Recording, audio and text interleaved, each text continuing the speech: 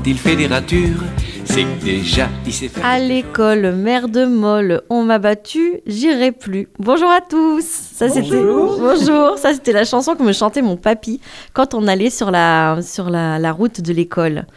Alors, bienvenue à tous. Philomène, aujourd'hui, a eu envie de parler de la rentrée des classes puisqu'elle a eu lieu ce mois-ci. Nous sommes le mois de septembre. Et je vous annonce que j'ai 1, 2, 3, 4 magnifiques femmes autour de moi qui vont témoigner et partager un petit moment de vie avec nous pour cette chronique. Donc c'est Philomène, c'est les chroniques de Philomène qui vous parlent. Aujourd'hui, nous parlons de l'école et je suis accompagnée de Madame Annie Jarry. Bonjour Fanny. Bonjour Annie. De Josette Chutet. Bonjour. Bonjour Josette, qui est une résidente des Girandières, retraitée. Nous avons ma stagiaire qui est Claire Vaillant, je crois. C'est ça. Bonjour. Et Monique Pervieux, résidente des Girandières aussi, bonjour, retraitée, qui est là à ma gauche. Et ben c'est parti, jingle.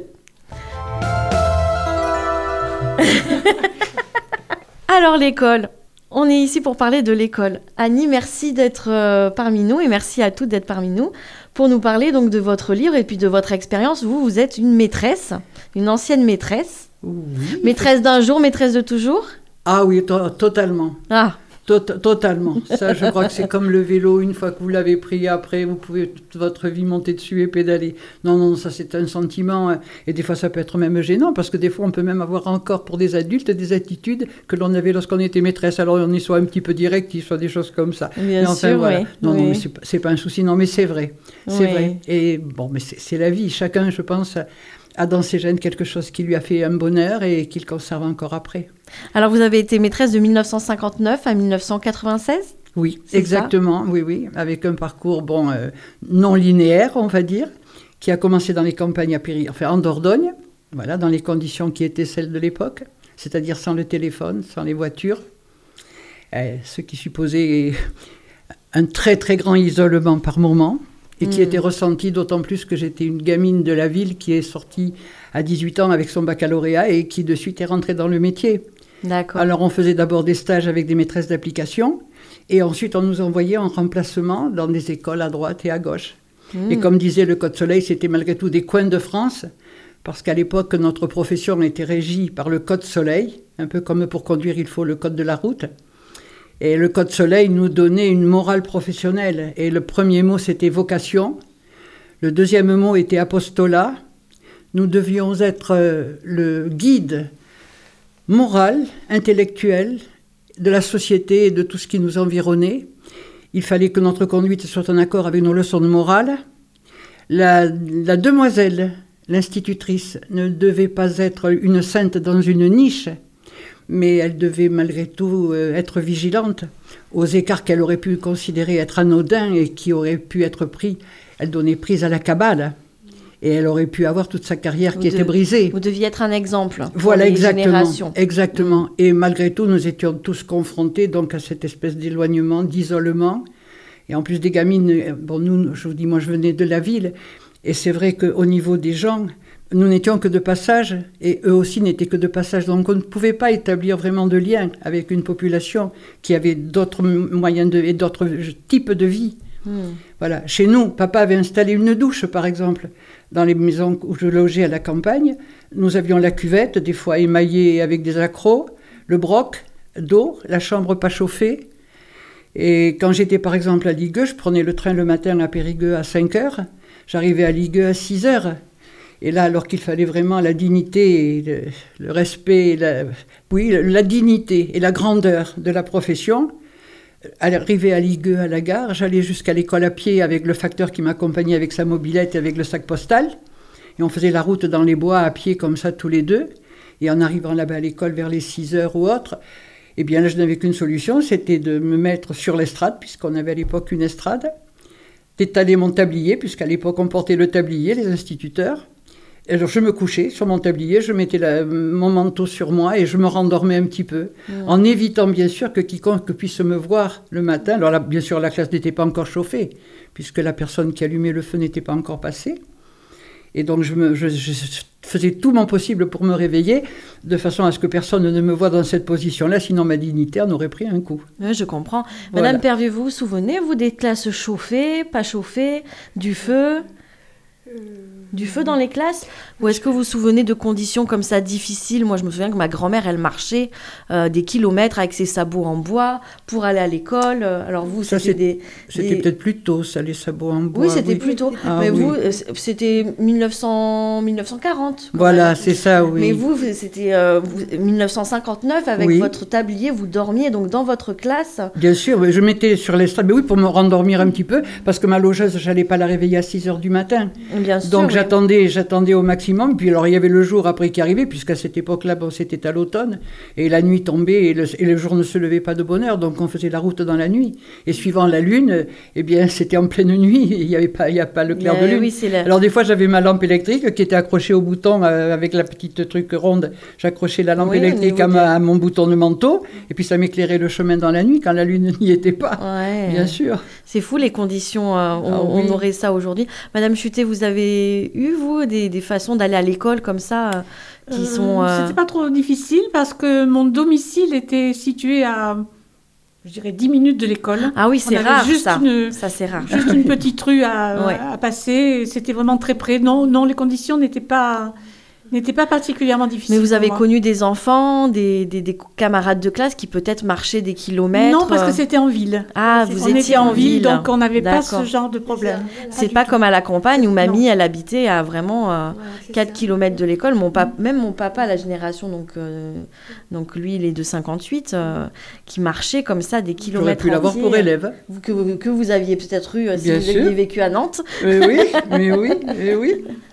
Qu'est-ce que ça te fait, Claire, d'entendre ça, des témoignages donc de cette vie qui est beaucoup plus dure que nous Bah, je vous trouve très courageuse et je me dis que là maintenant plus personne n'aurait le courage de faire ça. Tout le monde aurait la flemme. Enfin, peut-être que c'est une mentalité de notre époque, peut-être d'être paresseux. Enfin, je sais pas, mais bon, je trouve que c'est très bien et très courageux. Je dirais pas paresseux, mais plus fragile. Une génération plus fragile. Oui, vraisemblablement, oui. Mais nous sortions de la guerre aussi. Donc on avait été un petit peu aguerris, c'est le cas de dire. Hein. Donc ce qui fait que ces conditions-là, bon, mais on ne se posait même pas de questions à l'époque, on prenait la vie telle qu'elle arrivait, tout simplement, et on faisait ce qu'il y avait lieu de faire. C'était ça. Alors on avançait chaque jour. Ah ouais, c'est beau, je trouve. Et le problème de l'isolement, c'était dû également, le gros problème, c'était ce téléphone que nous n'avions pas. Donc, c'est-à-dire, il y en avait des téléphones en 59, mais c'était des personnes qui avaient le téléphone chez elles. Oui. Alors, c'était des postes publics dans lesquels on allait téléphoner, en payant, donc, à chaque fois qu'on téléphonait. Bon, on savait qu'il y avait la personne qui était du poste public qui entendait tout ce qu'on disait, mais enfin bon, on ne faisait pas attention à ça. Par contre, lorsqu'on téléphonait, que c'était à l'hôtel ou au restaurant, puisque là c'est pareil, le téléphone il était sur le zinc, et là quand le téléphone sonnait dans la salle, tout le monde se taisait, espérant que c'était pour lui, qu'on allait l'appeler. Génial. Et oui. Silence. Ah oui, oui, oui. Alors on attendait précieusement que la personne dise un tel. Et puis bon, quand c'était soi, alors des fois, bon, on aurait voulu y aller très vite, mais on ne voulait pas montrer quand même qu'on était trop Oui, pressé. on a notre dignité. On avait la dignité, alors on y allait tranquillement. Et puis par contre, on savait que c'est pareil, bon, la salle entendait. Alors quand c'était un petit peu intime ou n'importe, il fallait quand même qu'on fasse attention à ce qu'on disait. Le pire, c'était éventuellement « je t'embrasse », qui pouvait être, voilà. Alors avec celui qui était mon fiancé, on avait convenu de quelque chose, c'est qu'il ne fallait pas entendre ce que l'on se disait au téléphone, mais il fallait juste goûter la présence de l'autre et revivre les moments qu'on avait vécus. Donc on se disait des fois des banalités, mais on avait au moins le son de l'autre au téléphone. Et oui, vous aviez l'autre en direct avec vous. En direct avec nous, c'était le seul. Exactement. Vous saviez que c'était un petit moment de... Exactement. Donc c'était ce que privilégié. vivaient toutes les institutrices, cette espèce d'isolement, je vous dis, au niveau des sentiments, au niveau de la famille, au niveau des relations. Ouais. Madame Chutet, vous aviez quelque chose à Oui, nous raconter? Annie, je voudrais te poser une question. Oui. As-tu connu des périodes de découragement dans ta carrière et comment les as-tu surmontées? Alors des périodes de découragement, du découragement, pas vraiment. Une interrogation parfois, parce que le poste où j'ai été titularisée, c'était donc Bourg-des-Maisons, où là il y a eu un autre problème qui est survenu. C'était pas du découragement, là c'était vraiment de l'angoisse très profonde.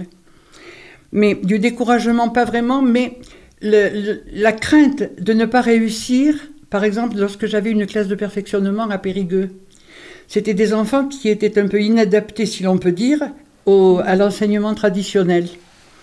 Et là, il fallait arriver à trouver, disons que les recettes que l'on peut avoir de façon traditionnelle pour une classe normale ne marchent pas. Et il fallait donc adapter son enseignement à chaque enfant et à la compréhension de chacun, à la difficulté qu'il pouvait avoir individuellement. Et là, il y avait cette espèce d'angoisse de dire, mais est-ce que je vais trouver, est-ce que je vais réussir à lui faire admettre, à lui faire comprendre ce que je veux lui faire passer. Et alors, quand je voyais le doigt qui levait et qu'il y avait le sourire, là, bon, ça y était, quoi. C'était magnifique pour moi. Si elle riait, c'est qu'elle savait répondre, et là, c'était magnifique. Donc, c'était pas du découragement, mais cette inquiétude de dire, est-ce que je vais y arriver, est-ce que je vais y arriver. C'est une vie de challenge, quand même, la vie de professeur, la vie d'institutrice. Challenge, pas vraiment, mais on dit qu'on prépare notre classe. Lorsqu'on prépare la classe, effectivement, ça veut dire que, un peu comme la maman animale qui va aller chercher la béquée pour ses petits et qui est obligée malgré tout de le mâcher, vous voyez, pour pouvoir le rendre absorbable par l'enfant. Oui. Nous n'avons pas toute la science infuse, nous ne savons pas absolument tout, de sorte que lorsqu'il y a une leçon, nous devons la préparer. C'est-à-dire que nous devons nous-mêmes nous donner les connaissances nécessaires pour pouvoir les donner aux enfants, puisqu'on ne sait pas tout. Et à l'époque, encore moins, il n'y avait pas la télévision, il n'y avait guère que dans les livres et autres qu'on pouvait arriver à se cultiver soi-même. Et ensuite, la préparation consistait justement à préparer cette béquée qu'on allait donner aux enfants pour leur rendre assimilable. Et c'est ça, préparer. Voilà. Donc, c'est ça le métier. C'est pas forcément ni très très dur, mais voilà. Il y a toujours cette adaptation et ce souci de l'enfant. C'est beau. Parce qu'à la lecture de ton livre, il semblerait que tu n'aies pas eu beaucoup de soutien de la part de ta hiérarchie et de tes collègues et que tu devais improviser un peu toute seule. Disons qu'au début, alors de par le fait que on était dans des postes isolés et c'était très souvent des classes uniques, donc on remplaçait une maîtresse soit parce qu'elle était malade et autres, de sorte qu'on ne la voyait pas tellement. On n'avait pas tellement de rapport avec elle. Et comme c'était des classes uniques, il n'y en avait qu'une éventuellement. Ou dans les classes un peu plus importantes, il y en avait deux. Mais on se voyait à l'occasion des récréations. On n'avait pas vraiment... Alors, ce n'était pas un abandon, mais c'est le fait que des relations ne s'établissaient pas. Donc, il n'y avait pas vraiment un soutien. Ah ben, on était tout seuls. On avait des conseillers pédagogiques qui passaient de temps en temps. On avait des réunions d'information, bien entendu, pour nous donner ce qu'il était bon de savoir sur la législation, sur les leçons à donner, sur les programmes et autres, sur la pédagogie qu'il fallait mettre en œuvre pour les enfants. Mais c'était des séances on avait des devoirs aussi, puisqu'on avait des leçons en quelque sorte en tant que jeune institut à apprendre, et on faisait des devoirs sur des thèmes qui nous étaient proposés. Mais on ne pouvait pas, non, avoir ça. Donc tu devais te débrouiller toute seule. On devait se débrouiller, sauf que... je parlais tout à l'heure des préparations journalières que nous faisions au niveau de la préparation de la classe pour le jour même, mais on faisait également des préparations pour le mois et pour la semaine, de sorte que lorsqu'on remplaçait une maîtresse, elle avait déjà établi sa préparation mensuelle et sa préparation pour la semaine. Ce qui fait qu'on avait déjà un canevas, et dans le meilleur des cas, on avait également des gosses qui, eux, avaient déjà l'habitude de l'école et qui avaient déjà une façon de se comporter en classe. Ils savaient qu'on faisait comme ci, comme ci, comme ci. Et on apprenait à la fois, et parce que la maîtresse titulaire avait laissé, et par le comportement des enfants. Et après, c'est presque, je ne vais pas dire l'instinct maternel qui intervient, mais l'intérêt que tu portes à l'enfant et ton désir à toi de lui apporter tout ce que tu peux, qui fait que tu mets en œuvre tout ce qui est nécessaire. Et des fois, tu bricoles. Des fois, c'est empirique. Tu improvises. Mais tu es obligé. Et alors, dans mes dernières années, les 15 dernières années, où là, je parle beaucoup, excusez-moi peut-être. Mais non, allez-y. Voilà, non, parce que je ne voudrais pas non plus... Nous vous écoutons, Annie. Non, mais justement, je ne voudrais pas immobiliser la parole. Hein. C'est passionnant, allez-y. Non. Et lorsque les 15 dernières années, là, après avoir fait un détachement un peu particulier, où je suis devenue conseillère en éducation populaire auprès du ministère de la Jeunesse et des Sports, là, j'ai lâché l'enseignement pur pour prendre le domaine de l'éducation, qui était une autre face. Et lorsque mon mari a été nommé à Mont-de-Marsan, il n'y avait qu'un seul poste par département tel que celui-là. Et du coup, j'ai réintégré mon corps d'origine qui était l'éducation nationale et je me suis spécialisée dans les maternelles. Tout simplement parce que dans les maternelles, avant que l'école maternelle ne devienne obligatoire, telle qu'elle l'a été en 2019, nous n'avions pas de programme comme dans le primaire. Dans le primaire, il y a des programmes qui nous disent en janvier tu fais ça, en mars tu fais ça, en février, etc., etc. Noël, on a comme ça un programme à suivre. Et il faut des fois galoper pour arriver à le remplir et faire suivre autant que faire se peut les enfants qui sont de tout niveau. Voilà, nous des fois un petit peu les rater quand il faut avancer comme ça au pas de charge, même si on essaie de rattraper, d'aider les enfants en difficulté. Alors qu'à la maternelle, on avait des objectifs. Et là, les objectifs à atteindre étaient donc faire acquérir aux enfants ce qu'on appelait les prérequis, c'est-à-dire qu'on prend des bébés à l'école maternelle à 3 ans, ils sortent de la crèche dans le meilleur des cas maintenant, mais à l'époque, il n'y en avait pas beaucoup, c'était surtout les mamans qui les élevaient à la maison, de sorte qu'ils ne connaissaient pas l'école, c'était vraiment une rupture déjà avec le milieu familial. Et de ces bébés-là que nous recevions, il fallait en faire des petits, de grandes sections qui auraient les capacités à accéder aux cours préparatoires avec la formation qui est requise pour apprendre à lire, écrire, compter, l'histoire, la géographie, enfin, toutes ces matières qui se mettent en place au niveau de l'école primaire. Donc c'est pendant ces 3 années d'école maternelle que l'on devait faire avancer les enfants, mais sur ces prérequis que nous devions mettre en place. Alors il n'y avait pas grand-chose, mais justement, ça nous permettait à nous de créer ce que l'on pensait être le mieux pour faire acquérir à ces petits toutes ces choses-là qu'il fallait. Voilà. D'accord. Alors les détailler, ce serait trop pédagogique et autres, mais enfin, il fallait qu'ils se repèrent dans le temps, il fallait qu'ils se repèrent dans l'espace, il fallait déjà qu'ils prennent conscience de l'autre qui est là et la socialisation, il fallait qu'ils prennent conscience déjà de la responsabilité. On leur faisait prendre en compte de toutes ces choses-là. C'est une tâche très importante. Mais c'est très important, mais c'est essentiel. Primordial, Mais c'est essentiel. Alors, est-ce que vous vous souvenez des souvenirs comme ça de la petite enfance, de choses que vous auriez apprises, qui vous ont marqué? Moi, je ne suis pas allée à l'école maternelle. Ouais. Donc, je n'ai pas trop de souvenirs. Vous êtes rentrée en CP? À la grande école tout de suite. À la grande école tout de suite, dans le grand bain. Parce qu'à l'époque, c'était pas obligatoire. Alors du coup, ça non, c'est c'était devenu obligatoire, la maternelle, en 1900... En 2019, juste. En 2019. Elle devenir l'obligation des enfants de les scolariser à partir de 3 ans. Alors qu'avant, c'était absolument pas une obligation. D'accord. Moi, je me souviens de chansons qu'on chantait, où je me souviens du Roi du Silence. J'adorais faire ça. Parce que ça devait être bruyant à l'école. Alors d'un coup, le Roi du Silence, on devait marcher, faire des pas de fourmis, puis se taire, et puis... Ça, je me souviens. Nous, à la résidence, les Contine Ladies, on va faire un petit concert, une petite visite dans les crèches. On va rendre visite les écoles maternelles avec notre petit groupe de musique qu'on a créé, qui s'appelle les Contine Ladies. Et c'est très... très visuel ce qu'on fait avec les petits, c'est très les expressions du visage, c'est très ouvert, on fait beaucoup de choses avec les mains, on chante, on apprend vraiment dans le divertissement. J'imagine que vous avez dû bien développer sûr. beaucoup votre côté créatif en étant maîtresse avec les tout petits. Oui. On est obligé. Et il fallait créer beaucoup de choses, d'autant plus qu'à l'époque, il n'y avait absolument pas, ou très très peu, de matériel pédagogique. Quand on regarde les catalogues maintenant de chez Nathan, etc., on voit des jeux, et on voit vous étiez Madame Débrouille, quoi. Ah mais Madame Débrouille, tout à fait. Tout à fait. Oui. Et une fois, par exemple, à Toctouco, j'avais organisé des vendanges.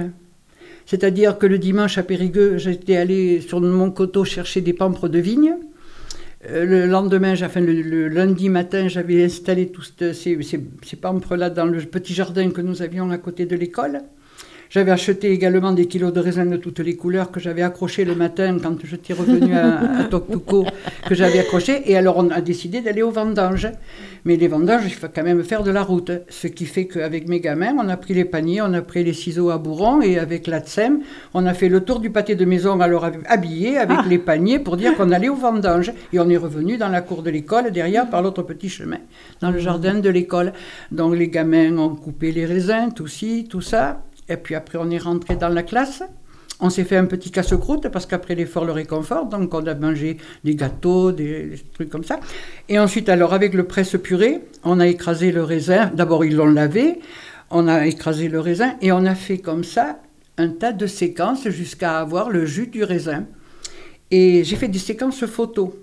C'est-à-dire que, par exemple, le départ des vendanges, chacune des activités, le pressage du raisin, le casse-croûte, la dégustation, tout ça, c'était donc photographié avec mon argentique. Je faisais beaucoup de photos. Ah, l'argentique. Eh bien oui, l'argentique, seulement l'argentique, c'est qu'il y a plusieurs photos qui sont sur la même pellicule. Eh oui. Ce qui fait qu'il fallait attendre que toute la pellicule soit utilisée pour pouvoir la faire développer. Voilà. Et ce qui fait qu'après, quand je récupérais les photos, je mélangeais toutes les photos et avec mes petits, on triait de façon à faire des séquences qu'il fallait que les gamins reconnaissent ce qui appartenait à telle ou telle ou telle action. Et ensuite, alors ces photos, on les prenait les unes après les autres. Donc là, il y avait eu ce thème qui avait été choisi, donc les vendanges, supposons. Et là, chacune des photos, il fallait que les gamins organisent dans le temps la chronologie des actions. Ce qui fait que là, il fallait qu'ils prennent avant, après, il y avait donc le repérage. Oui, voilà. C'est super. Voilà. Ce qui fait qu'on faisait un livre, c'est-à-dire que les enfants, après, mettaient en place les photos, on les regardait et chacun faisait son commentaire. Le commentaire qui convenait à tout le monde, je l'écrivais, les gamins le retenaient. Et ensuite, on constituait un livre et les petits amenaient ce livre à la maison et racontaient, lisaient. Ils se mettaient déjà dans une attitude de lecteur pour lire à leurs parents le livre. Et les parents, sur une page spéciale, me donnaient le commentaire de savoir comment eux l'avaient reçu et comment le petit le leur avait transmis. Donc voilà le type d'activité qu'on pouvait imaginer et mettre en place. Voilà. Et c'était les actions que l'on faisait comme ça. Et là, ils avaient fait le repérage au niveau du temps, au niveau de la chrono, au niveau de tout. Et après, avec de la pâte à sel, je leur avais fait faire des raisins, donc des boules de pâte à sel qu'ils avaient coloriées. Et on avait après le raisin qui était donc représenté de façon matérielle et en ayant vu les quantités de farine, de sel et d'eau pour pouvoir faire la pâte à sel. Donc, il y a des multitudes d'activités qu'il fallait mettre et qui s'enchaînaient comme ça et qui s'organisaient au niveau des acquisitions horizontales. Voilà. Ça vaut tout le matériel pédagogique, hein? Oui, non, mais en fait, ça ne peut pas gâcher non plus d'avoir un peu de matériel pédagogique aussi. Voilà. Voilà, mais c'est la maternelle. Vous êtes très créatif, oui, la maternelle, c'est une merveille. Oui. Tu as préféré la maternelle au primaire? Disons que c'est autre chose. Là, le primaire, les enfants, ils sont déjà formés un petit peu. Ils ont déjà des acquisitions. Ils sont moins, on va dire, moins purs peut-être. Là, à 4 ans, moi, ma section des moyens, pour moi, mais c'était des amours. Ils buvaient, si tu veux. Ce sont des éponges. C'est pas pareil, oui. Tu leur donnes n'importe quoi et ils sont sensibles à tout. Je leur ai fait écouter de la Moldo. Mais là, si tu veux, il y en a un qui voyait quand il allait à la pêche avec son papy au bassin d'Arcachon. Donc, tu vois, même tout petit, tu peux leur faire passer des choses incroyables. Ils prennent tout, ils réagissent à tout, les tout petits, comme ça, à 4 ans. La maternelle, pour moi, c'est un monde merveilleux. Et l'enfant, à ce moment-là, il a une sensibilité que les gosses, d'ailleurs, tu as pu le voir, me traduisent encore maintenant sur Facebook quand ils me disent « maîtresse ». Je suis maîtresse et ils me confient des secrets après par Internet, si tu veux, sur ma messagerie. Il y en a qui sont en galère, ils me le disent. Voilà. Il y en a même une qui me dit que je suis le seul témoin de ses 4 ans, puisque ses parents sont décédés, ses grands-parents qui l'élevaient aussi. Donc il se crée, si tu veux, avec cet enfant de 4 ans, quelque chose de très profond et de très vrai. Ils n'ont pas eu le temps. Voilà. Une complicité. Oui. Et une tendresse, je pense. Parce que c'est encore l'école maternelle, on est encore proche de la maman. Hein. Même si, effectivement, quand ils reviennent de vacances, des fois, ils t'appellent maman au lieu de dire maîtresse. Mais bon, ils rient tout de suite, et puis bon, ils rétablissent vite. Maman, oui. Ils savent remettre de l'ordre, ils savent. Mais bon, il faut les aimer beaucoup, parce que des fois, effectivement, bon, c'est épuisant. D'autant plus que là, à Toctouco, on en a eu pendant plusieurs années, 32, 33, 34, 35, quand c'était nos petits millionnaires, quand il y a eu la prime pour la 3e naissance. Là, eh bien oui, sous Giscard, comme il y avait une baisse de la natalité, Giscard avait établi une loi qui donnait, ce qui correspondait à 1 million, si tu veux, pour le 3e enfant dans une famille. Ce qui fait que bon, ça arrangeait quand même pas mal, mettait un peu de beurre dans les épinards, et bon, ça a incité effectivement à augmenter la natalité. Donc il y a eu beaucoup de naissances à ce moment-là. Ah ben attends, nous, je te dis, j'avais des classes, je les ai mises là en photo, j'en avais 34, 35.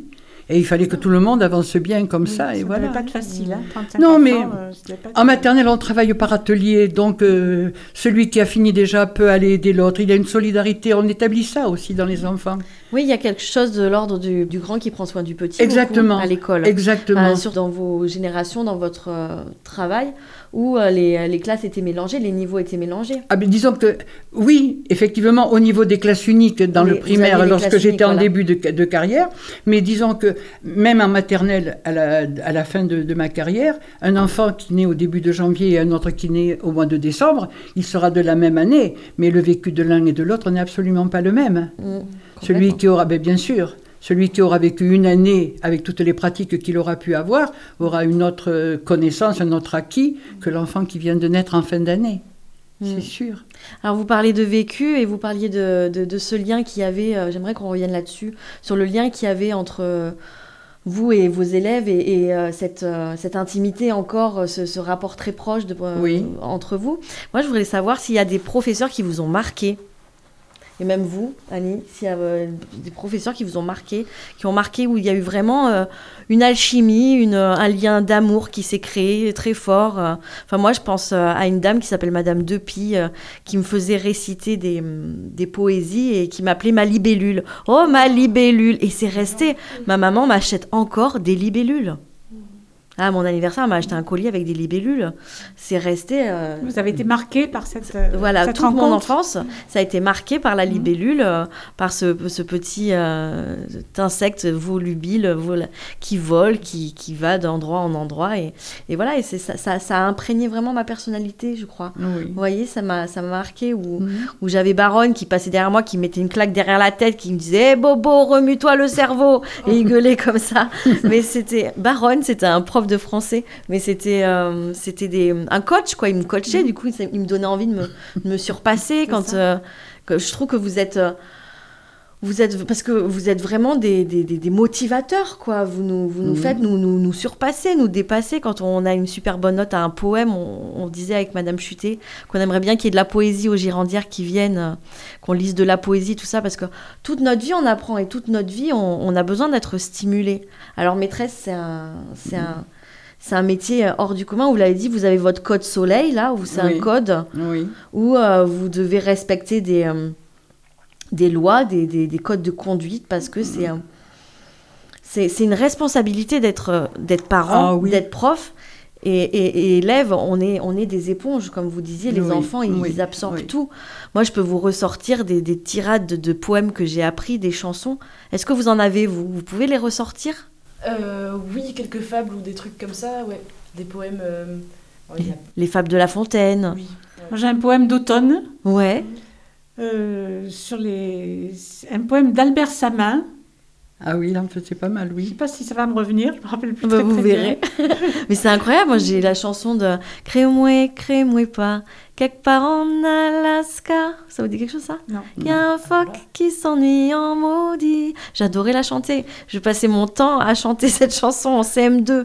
Et elle n'est jamais sortie. Et quand je suis heureuse, j'ai ces chansons de ma petite enfance qui reviennent, que j'apprenais en cours. Ah oui. Alors le Ça poème, reste. c'est « Le vent tourbillonnant qui rabat les volets, là-bas tord la forêt comme une chevelure.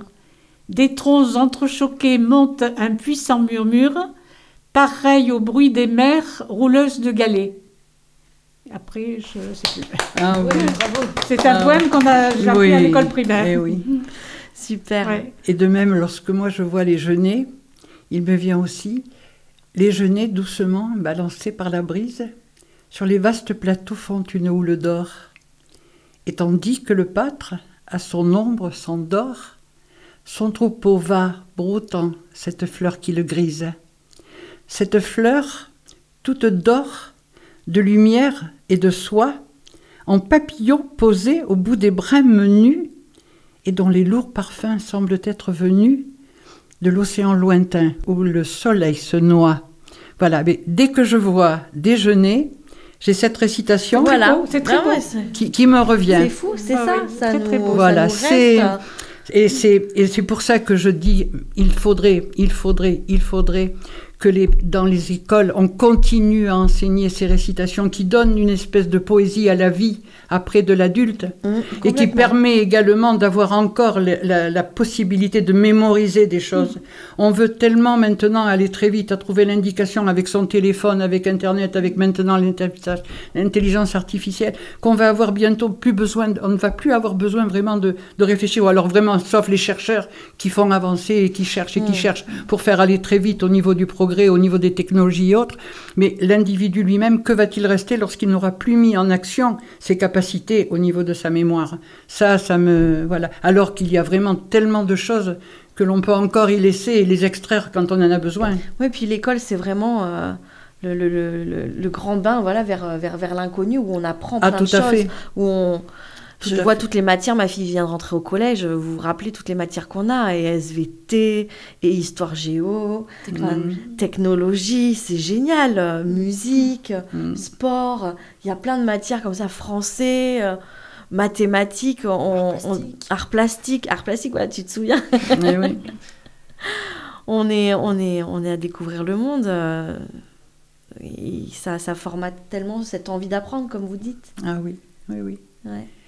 Et disons que, à nos âges, c'est vrai, là, je disais que je suis née pendant la guerre, et il est évident, mon papa était prisonnier en plus, et donc maman m'élevait toute seule, on était à Bordeaux, en zone occupée par les Allemands, et bien sûr, j'allais pas à l'école, j'ai pas connu non plus l'école maternelle, ni rien du tout, c'était une voisine qui me gardait, et là, mon enseignement se faisait à partir du dictionnaire, elle avait un petit Larousse, parce qu'il n'y avait pas énormément de livres dans les maisons, et elle avait aussi une semaine de Suzette, elle avait des semaines de Suzette, la petite revue.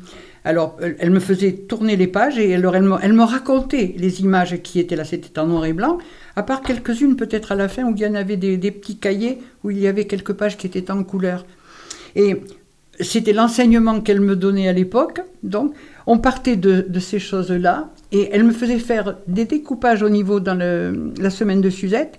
Elle me avait mes petits ciseaux, je découpais au large, puis elle les raffinait, elle les collait sur un carton, et ça me faisait, après on les dressait en coupant en bas, et elle me faisait tenir debout, et ça me faisait des kyrielles de petites poupées, et je les faisais parler. Donc je faisais de l'élocution, comme ça. Elle me faisait faire comme ça, raconter les histoires. Ce qui fait que je suis partie de là, si vous voulez, pour arriver maintenant aux techniques qu'il y a avec l'intelligence artificielle. Donc, si vous arrivez à imaginer, moi des fois il m'arrive d'avoir des difficultés, à imaginer que j'étais cette petite fille, que c'est la même personne qui a été cette petite fille qui a appris donc à parler, à savoir le monde à travers donc des images en noir et blanc d'un dictionnaire Larousse, et qui maintenant, si vous voulez, avec Internet, avec la composition des bouquins et tout ça. Donc dans une même vie, des fois honnêtement, ça se bouscule. Voyez, mais c'est quelque chose de magnifique, et je souhaite, si vous voulez, que tout le monde puisse avoir ce même laps et cette même découverte, en bien sûr, en bien. Voilà. Et oui, on est dans un monde en mouvement qui bouge très rapide. Très rapide. Vous parliez de vos expériences avec les enfants atypiques. Vous demandiez, aujourd'hui, il y a des AESH. Vous n'aviez pas ça dans vos classes. Il y a des classes Ulysse, vous n'aviez pas ça non plus. Non. C'est vrai que tout change tout le temps, tout est en perpétuel mouvement. C'est superbe. Ouais. Mais il y a néanmoins certaines choses, certaines valeurs, comme je vous disais pour la récitation, pour les poèmes, que ça reste encore dans l'âme des enfants et qu'on leur en mette. C'est super important, oui. Voilà. Après, ça peut embellir la vie. Il vous revient des choses comme ça. Tu parlais, Josette, de l'automne. Et on voit tout le temps en automne quelque chose qui nous étonne. C'est une branche, tout à coup, qui s'effeuille dans notre cou. C'est un petit arbre tout rouge, d'une autre couleur encore. Et puis, partout, ces feuilles d'or qui tombent sans que rien ne bouge. Nous aimons bien cette saison, mais la nuit sitôt va descendre. Retournons vite à la maison, retire nos marrons sous la cendre. Eh bien, quand je suis dans les bois, c'est pareil. Il me revient ces feuilles d'automne qui tombent sans que rien ne bouge. Eh bien, si chaque personne ou chaque enfant peut conserver en lui ces petits morceaux de son enfance sous la forme de ses poésies, ce sont des petits moments de bonheur et de plaisir qu'on retrouve dans sa vie d'adulte. Exactement. Voilà. Donc cette nécessité, ce besoin, voilà. Ça me fait penser au poème de Jacques Prévert avec le bonhomme de neige qui fond et il y a la pipe qui tombe dans la flaque. Parce qu'on a fait chauffer aussi, on a mis un chaud pour le réchauffer. Il y a de la poésie. C'est vrai que les poèmes, c'est quand même... Ah oui. Ça met de la magie dans la vie, quoi. Tout à fait. Ça embellit la vie. Ouais, c'est ça. Tout à fait. C'est stressant de les apprendre par cœur et d'être debout devant tout le monde et de les réciter. Alors oui, à l'école, il y a du stress, oui. C'est vrai que on a pu se Il faut faire sentir stressé. abstraction. Il faut faire abstraction et réciter, ou dire ce qui nous fait du bien à nous, et vous le donner aux autres. Il ne faut pas penser que vous allez être jugé. Mais on a peur de bafouer. Mais non, mais attendez, quelqu'un a dit ce que l'on conçoit bien s'énonce clairement, et les mots pour le dire arrivent aisément. Donc voilà, quand vous le connaissez bien et que vous le vivez bien, plop, ça sort. Ça sort. Ah oui, mais il y a la période des examens, c'est stressant. Chaque fin d'année, mois de juin, tous les enfants, le brevet, le bac. Vous aviez le diplôme de fin d'année. Là, on avait le certificat d'études. Certificat d'études, oui, voilà. pour les 14 ans. Oui. Et ça aussi, ça on devait les être gardait stressant. 2 ans, 3 ans après la fin du cours moyen. Et on les formait, mais alors là, c'était une sacrée formation. Les pauvres chiens, oh là là. Il y en a quelques-uns qui maintenant seraient incapables de passer le certificat d'études dès lors. C'était une formation très compliquée, très dure. J'ai essayé à la Girondière de sortir des questions du certificat d'études. C'est trop compliqué. Ah oui. J'ai laissé tomber. Non, il y avait un niveau vraiment énorme à l'époque. Hein. Oui. Je sais que... Et quel conseil tu pourrais donner aux jeunes instits? Déjà, d'aimer les enfants. Si déjà ça, parce que il est vrai qu'actuellement, c'est pas forcément, tu vois, on parlait de vocation et d'apostolat. On trouvait à l'époque que c'était quelque chose d'un petit peu démesuré dans les termes, etc. Alors, un apostolat, c'est peut-être un petit peu gros. Une vocation, peut-être dans le fond, parce que c'est quand même un métier très particulier. C'est quand même un métier, et d'autre part, c'est un métier tellement particulier que dans le fond, l'instituteur arrive à récolter, malgré tout, ce qu'il a semé. Tu vois, là, dans mes petits, là, que je retrouve maintenant, qui ont 40 ans et plus, là, ce que tu as semé, tu le récoltes, là. Dans ce que tu as mis et qui te restitue maintenant, c'est magnifique. Le boucher, il te donnera un bon morceau de viande, tu vas le manger, tu seras content, tu reviendras, mais enfin, bon, t'en feras pas, tu vois, c'est pas pareil. Mais là, c'est un métier merveilleux. Et donc, quand on rentre là-dedans et qu'on aime les enfants, il n'y a que du bonheur. Oui, même si c'est fatigant, et même si, je reconnais, les conditions actuelles ne sont pas du tout celles que nous avons connues. C'est évident que le monde a changé. Donc, tu dis vocation, avant tout. Je dis il faut avoir envie de s'intéresser aux enfants, de les aimer très profondément, et de les faire avancer, oui. Oui, sinon on n'est pas un bon non, je ne dis pas qu'on n'est pas un bon, parce qu'ils arriveront, si tu veux, en préparant leur classe, en donnant, et puis ils arriveront peut-être aussi, même si au départ, ils ne sont pas vraiment très... et à aimer vraiment très profondément l'enfant, ils arriveront quand même, si tu veux, à être gagnés par les enfants, et s'y consacreront tout pareil. Voilà, automatiquement. Parce qu'un enfant, c'est désarmant aussi. Hein. Il y en a qui sont pénibles, il y en a qui sont durs, c'est sûr. Mais enfin, moi, il y a toujours une raison pour qu'il soit un petit peu comme ça. Oui, particulièrement à notre époque. Voilà, c'est ça. Ça n'a plus rien à voir avec l'époque non, l'enfant est maltraité maintenant, c'est sûr. Il n'a pas... Enfin, certains, hein, je dis bien, ne serait-ce que dans la stabilité, si tu veux, qu'ils peuvent avoir même dans une famille. C'est ça. Voilà, c'est pas ni un jugement ni rien, c'est simplement le constat que l'enfant maintenant, quand il était dans le cocon familial, tu vois, des fois même dans le couple, ça n'allait peut-être pas forcément bien, tout ci, tout ça, mais enfin, on épargnait quand même un petit peu le gosse, tu vois, au maximum, tu vois, je crois. L'enfant maintenant rentre dans la vie beaucoup plus tôt. Et Annie, moi, qu'est-ce que tu penses du harcèlement? Du coup, on entend beaucoup parler. C'est de fait d'actualité, en fait, de parler de problèmes de harcèlement à l'école. Qu'est-ce que ça te fait quand tu vois ça? J'incite les enseignants à en parler en classe et à dire à tous les enfants auxquels ils pourront le dire: nous vous aimons, nous vous protégeons. Si vous avez le moindre souci, venez vers nous. Et dites-nous, parlez-nous. Et on tâchera de régler le problème, de vous aider. Mais ne restez jamais tout seul. Des fois, les enfants n'osent pas même en parler aux familles, en parler même à la copine. Bien et alors, sûr, ce qui est évident, c'est que les réseaux sociaux n'arrangent rien, dans la mesure où, peut-être au départ, le harcèlement se faisait limiter au niveau de la classe, de l'école. Tu avais le petit gros ou la petite maigre, tu avais toujours Oui, quelqu'un ou moi, le bègue. moi, enfin, je prenais le bus et je me faisais harceler dans le bus, mais je savais même pas que c'était du harcèlement. Voilà, mais c'est ça, Mais, on ne le savait pas, on ne le disait pas. On n'en parlait pas, en Voilà. fait, mais on se on en a moquait vécu, en fait. éventuellement ou comme ça, mais c'était pas, il n'y avait pas de méchanceté, il y avait pas. Là maintenant, c'est pas de la méchanceté. Si ça peut même être ou un faire valoir, si tu veux, par rapport au dominant qui va se moquer, tu vois, et harceler après celui qu'il considère comme étant plus faible. C'est pour ça que le plus faible, là, tu vois, excusez-moi, j'en reviens toujours à mon expérience. En maternelle, par exemple, quand on reçoit les enfants, il y en a qui mordent, il y en a qui battent, il y en a qui tapent. Quand il y en avait un qui faisait ça, systématiquement, moi, je demandais à celui qui avait été mordu de mordre à son tour celui qui l'avait mordu. Alors bien sûr, comme il savait que c'était interdit, il n'allait pas le niaquer très fort. Donc je savais qu'il n'allait pas, tu vois, appuyer. Et justement, je disais exprès, tu sais, tu as de la chance qu'il soit si mignon, parce que s'il était comme toi, il t'aurait fait très mal. Alors ne recommence pas, tu vois.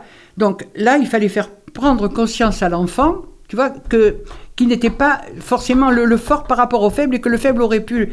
Mais là, c'est pareil, il faut que la personne qui se trouve harcelée, elle prenne conscience, qu'on lui fasse prendre conscience qu'elle peut arriver elle aussi, tu vois, à se défendre. Et que si elle en parle à l'adulte, l'adulte l'aidera. Voilà, c'est ça. Mais il ne faut pas qu'il reste seul avec sa souffrance. Est-ce que vous avez vu ça, vous, dans votre... Madame Pervieux, vous avez vu des... Non, pas tellement. Moi, j'allais à Sainte-Marthe, c'était très privé. J'allais à Sainte-Marthe, c'était en ville. Donc, justement, pour l'histoire de poêle, de chauffage, on avait... C'était les radiateurs. Les radiateurs, vous voyez, je ne peux pas comparer du tout. Oui, vous avez été une élève citadine, alors. Oui, une citadine. Je n'ai pas connu non plus le harcèlement. Oui. Non, vous voyez jamais, dans la cour un enfant se faire taper par d'autres. D'accord, ok. Et même vous qui êtes plus jeune, vous n'en avez jamais vu? Oh, si, oui. Oui, moi j'en ai vu, oui. Pas à titre personnel, mais... Oui, mais vous en avez vu. Oui, des enfants un peu différents et voilà, oui. qui étaient rejetés ou moqués, ouais. Et quelle avait été la solution qui avait été mise pour les soulager et les aider? On parlait aux professeurs, mais souvent ils faisaient pas grand-chose. Parce qu'ils disaient oui. que c'était pas leur affaire et que c'était plus... Ah, c'est dommage, oui. C'est dommage. Parce qu'on est là, c'est ça, le maître ou le professeur, il est là pour s'occuper de ses petites, ses enfants, de les protéger. Hein. On leur apprend, on les protège, on les aime comme ses propres gosses. C'est pas facile d'être sur tous les fronts aussi. Vous disiez que vous aviez votre vie aussi de femme et votre vie d'institutrice. Ah, mais ça, c'est sûr. Donc voilà, il y a des jours où on est moins précautionneux, moins présent, moins concentré. C'est pas facile parce qu'on est des humains. Oui. On est des humains, oui. Il faut s'efforcer, c'est sûr. Oui. C'est sûr. Comme les élèves, on a des jours où on est avec, on a des jours sans.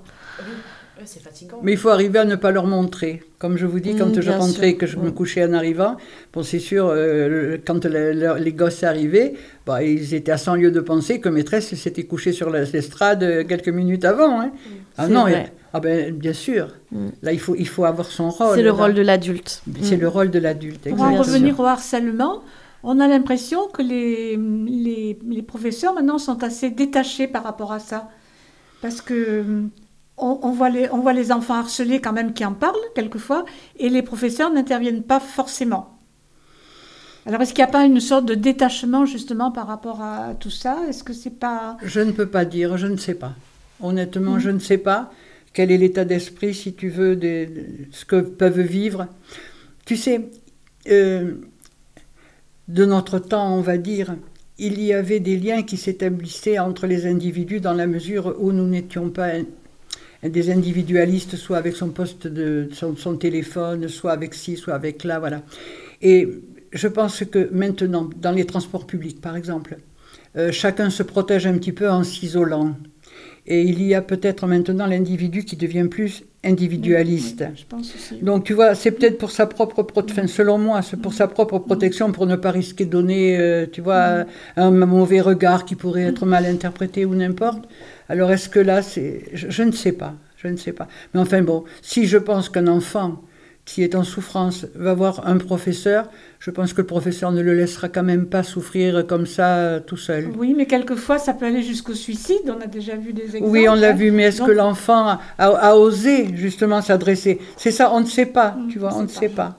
Si l'enfant a osé s'adresser à un adulte, pour justement aller chercher son secours.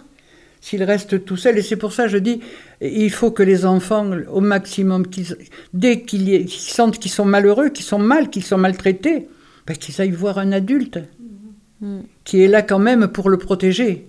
Bien sûr, oui. L'école est quand même, Dieu merci, un endroit où l'enfant, en principe, voilà, est protégé. Et même si on voit aussi des enfants qui poignardent leur instituteur. Ah, Maintenant, voilà, ça c'est un autre monde, c'est un autre monde, voilà. L'enfant a changé, c'est ce que je disais.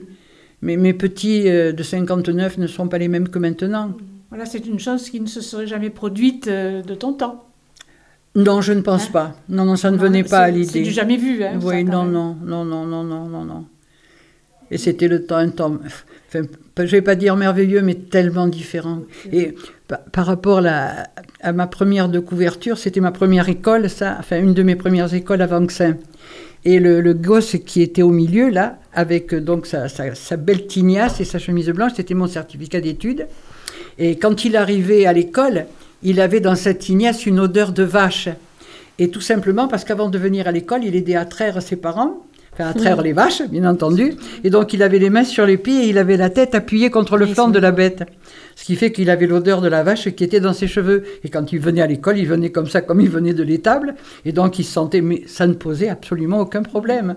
Donc, tu vois, c'est ça. C'était une autre école, c'était un autre temps. Ça n'a rien à voir. Ça n'avait rien à voir. Voilà. Ça n'a rien à voir. Alors, il faut vivre chacun avec son temps. Mais enfin bon, c'est bien aussi de pouvoir raconter comment c'était avant, voilà. Merci.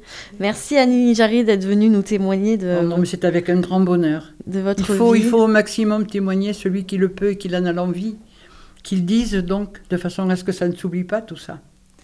Ça fait partie de la vie, de la vie tout court. Je vais te poser une dernière question, mais je connais la réponse. Non. Et si c'était à refaire ?